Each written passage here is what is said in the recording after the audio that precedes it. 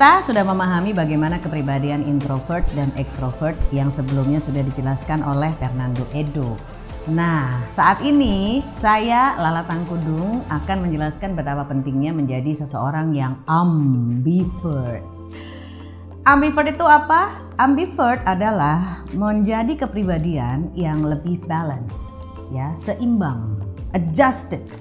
Ya, sehingga seseorang itu akan punya sisi ekstrovert dan introvert secara seimbang.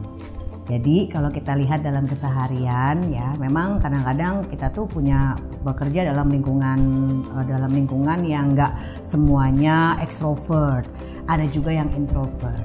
Saya sebagai orang yang ekstrovert saat ini, tentunya ketika saya ketemu dengan yang introvert, pasti saya akan melakukan beberapa penyesuaian. Gak bisa ketemu sama yang ekstrovert itu kan, gimana sih lo?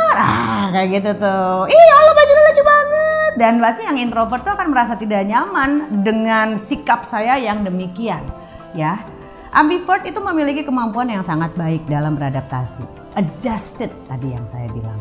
Seseorang dengan kepribadian seperti ini punya kesempatan yang sangat luas untuk bertemu dengan beragam macam orang.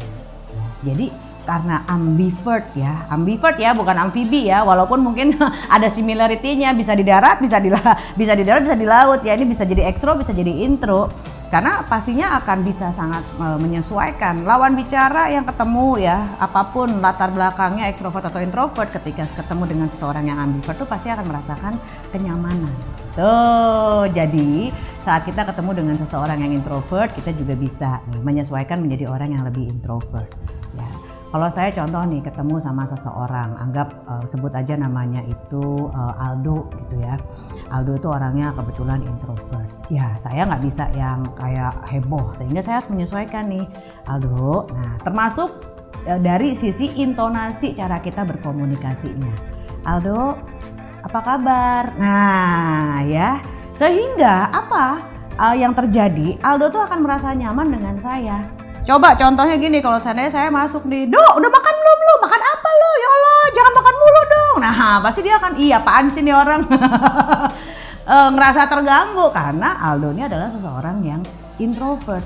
Beda lagi ketika saya ketemu sama Wulan nih. Wulan tuh orangnya yang waduh, ekstrovertnya luar biasa, kompor beleduk gitu ya. Jadi enak kalau saya ekstro ketemu sama yang ekstro pasti akan nyambung. Tapi kan nggak semua orang bisa disesuaikan kepribadian dengan kita nih, talking friends, sehingga kita harus punya kemampuan untuk bisa adjusted, menyesuaikan dengan siapa lawan bicara kita, ya, sehingga kita akan bisa masuk, kita akan bisa membuat lawan bicara kita itu nyaman dengan diri kita, lepas dari lawan bicara kita itu extrovert atau introvert. Jujur nih talking friends, saya itu dari sejak kecil itu sebenarnya punya latar belakang yang introvert. Ya, karena saya orangnya itu manut ya. di direct oleh orang tua saya untuk kesini, hayu ya.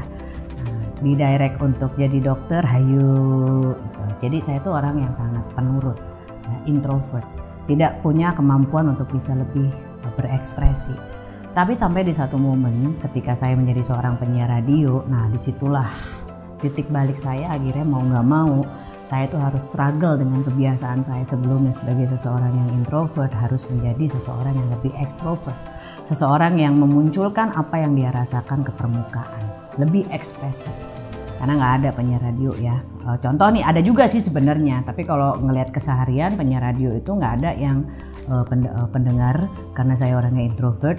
Gimana kalau saya putar lagu aja terus ya, ngomongnya nggak ngomong-ngomong yang nggak dibayar lah, ya nggak sih?